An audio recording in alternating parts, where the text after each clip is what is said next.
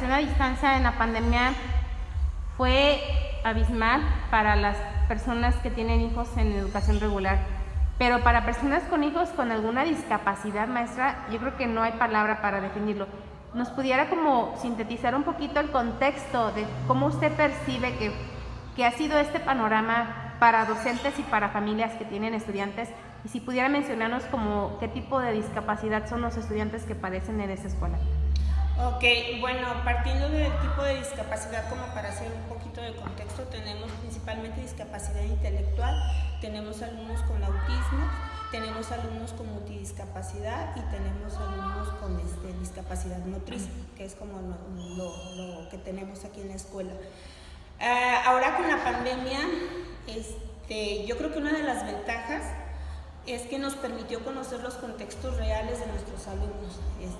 No es lo mismo recibirlos en la puerta, el hacer una entrevista a la trabajadora social o el maestro, en decir cuántas personas viven en su casa, quién trabaja, quién no trabaja, sino que ya voltear a ver su realidad. Ahora con la pandemia nos encontramos con situaciones que tuvimos que hacer ajustes importantes en nuestras formas de trabajo. Nos encontramos familias que no tenían servicio de internet en casa, que había solo un celular para trabajar con las familias, y esto nos obligó como a plantear estrategias diferentes, desde identificar, hacer un diagnóstico con qué familias nos podíamos manejar a través de grupos de WhatsApp, con qué familias necesitábamos citarlos aquí en la escuela para hacer la entrega de materiales y brindar asesorías a los niños, pero también con qué familias necesitábamos ir a sus domicilios a trabajar con los chicos. Yo creo que eso fue como un plus que como centro educativo, y que algunos otros también lo hicieron, no somos los únicos,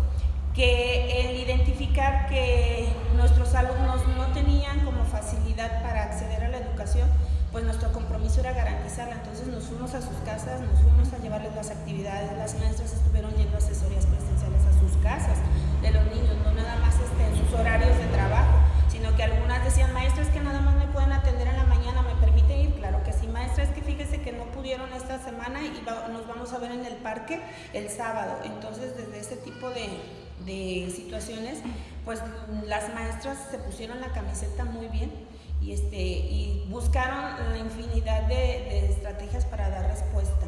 Y el reto principal también fue, para un niño de escuela regular, hay niños muy independientes, muy autónomos, que trabajan por sí solos. El papá está al pendiente de que haga sus trabajos, o está como ahí revisando cómo lo hizo, pero con nuestros chicos era que el papá se sentara al lado del niño a trabajar. Entonces desde ahí teníamos que pensar en estrategias de trabajar con el papá, en decirle cómo abordar las actividades con los niños, porque él era el intermediario con el niño. Entonces era papá y niño se tenían que sentar a trabajar, y ahí pues es como un reconocimiento a todas las familias, porque no fue fácil. Tenemos familias que ambos padres trabajan y tenían que organizar sus tiempos para hacer las actividades, o teníamos familias que no solo es nuestro alumno, sino que tienen más hijos y tenían que organizar sus tiempos para poder dar respuesta a las actividades con los chicos. Y así la gran mayoría de nuestras familias se pusieron la camiseta y dieron respuesta. Entonces creo que hay que reconocer el trabajo que hicieron los padres de familia y también de los docentes para atender pues todos los retos de esta pandemia. Maestra, por último, una pregunta para usted: ¿cuál es el mejor legado que se puede dejar en esta vida y por qué?